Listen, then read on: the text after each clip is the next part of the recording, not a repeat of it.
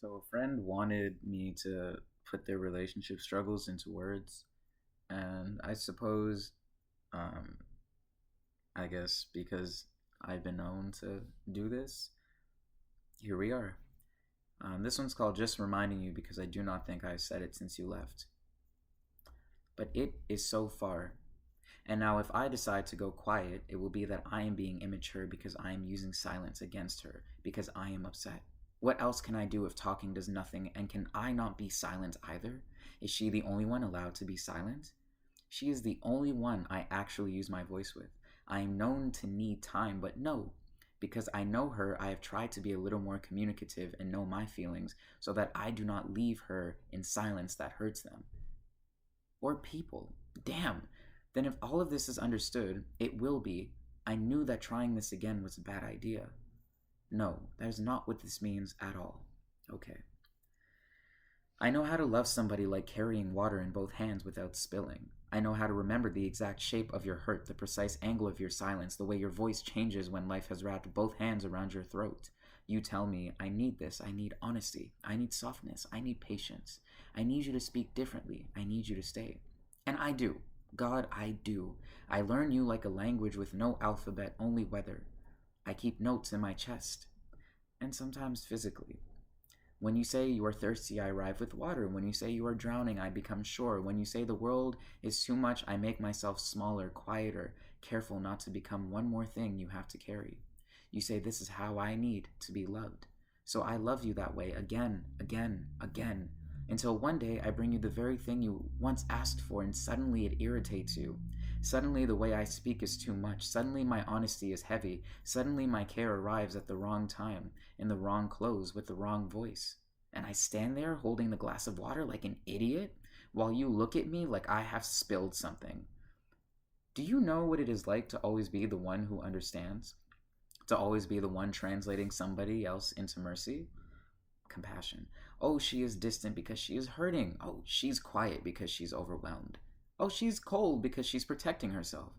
Oh, she did not mean it. Give her time. Oh, understand. Understand, understand, understand. As though my heart was put on this earth not to be held but to become a waiting room.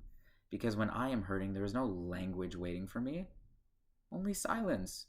The kind that arrives without explanation, the kind that reads your message and answers another one, the kind that walks past I miss you and says I had cereal today, the kind that leaves you staring at your phone feeling ridiculous for wanting one small thing. Not a miracle, not a grand gesture, not a love song, just I cannot do this right now. I'm sorry. I may not be able to speak right now, but I'll get back to you later, or whenever I can. I'm still here. But somehow, that is too much to ask for. And maybe that is what breaks me. Not even the silence itself, but the fact that I have spent so long teaching myself to survive inside it. I know your silence is by name now. This one means do not ask questions. This one means she is drowning again. This one means do not make it about yourself. This one means wait. This one means be good. This one means be understanding. I have become so good at understanding you that I do not know what to do with the part of me that needs to be understood too. Because I can feel your frustration before you speak. I can feel your distance before it arrives. I can feel you leaving the room while you are still standing in it. Maybe not. Maybe I have psychosis. I don't know. Just, I hope. Honestly, I don't know.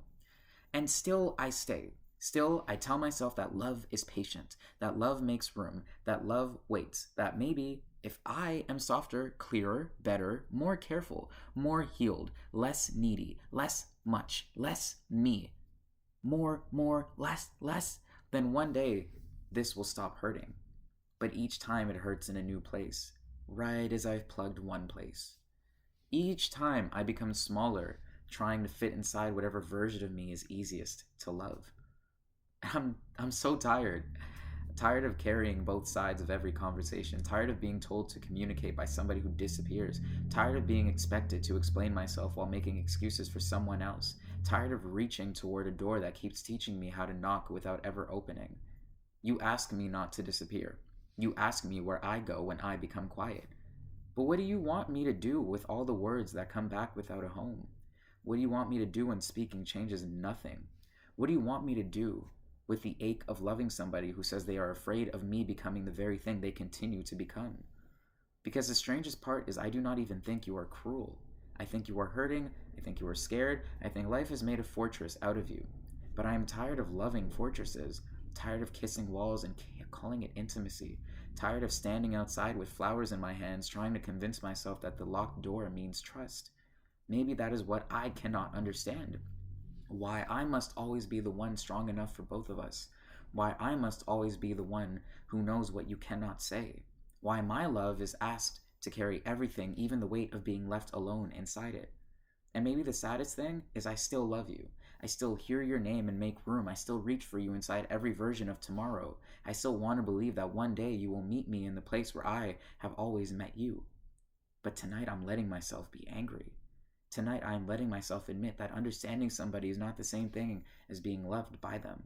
Tonight I am putting down the glass of water, not because I stopped loving you, but because my hands are shaking and for once I need to know what it feels like not to carry everything. The good part about this whole thing is that I am very clear about how imperfect I am. Protecting this, protecting that. No wonder you have always been so good at finding my walls, at naming the exact places where I do not let myself go. It probably looks familiar. I ask you, come lay on my chest, and you laugh playful light, like it is nothing. But you say, it's so far, no, I don't want to, I'm comfortable here.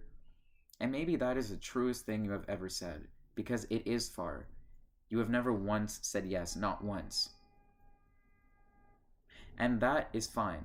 You do not owe me softness. You do not owe me closeness. You do not owe me your head on my chest or your body near mine or anything at all. I know that. I know I cannot be angry at you for not wanting something.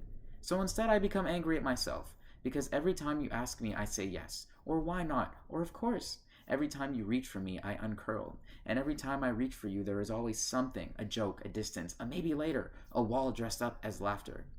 But maybe you do try. Maybe you do love me in the only way you know how. Maybe you have spent so long surviving that tenderness. Feels like standing too close to the edge of something.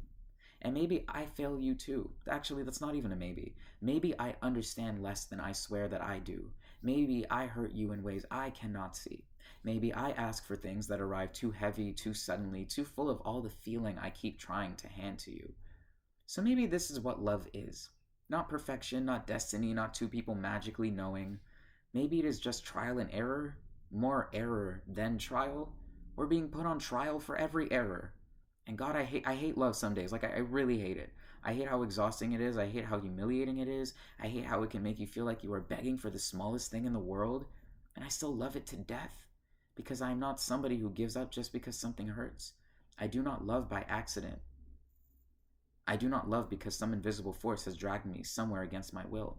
And let it be known, when I say because I am not somebody who gives up just because something hurts, I don't know whether that's me loving or because of my upbringing, which has made me accustomed to dealing with more. So I don't know if I'm accepting more hurt because it's love, or if I'm accepting more hurt because that's just what I'm used to. I don't know. I do not love by accident. I do not love because some invisible force has dragged me somewhere against my will. No. I stay because I choose to. I love because I choose to. Again and again and again. This could end. It could end tomorrow. It could end right now, actually. Like at this...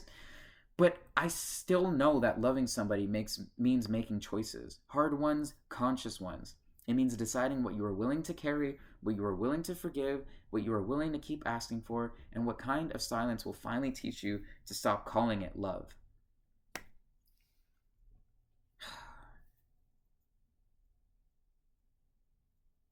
I am tired. And maybe that is all this is. Maybe just two people standing on opposite sides of something so small and somehow so impossibly far. Maybe just two people standing on opposite sides of something so small and somehow so impossibly far. Why does it feel like it's just this close? But that's like an eternity to jump.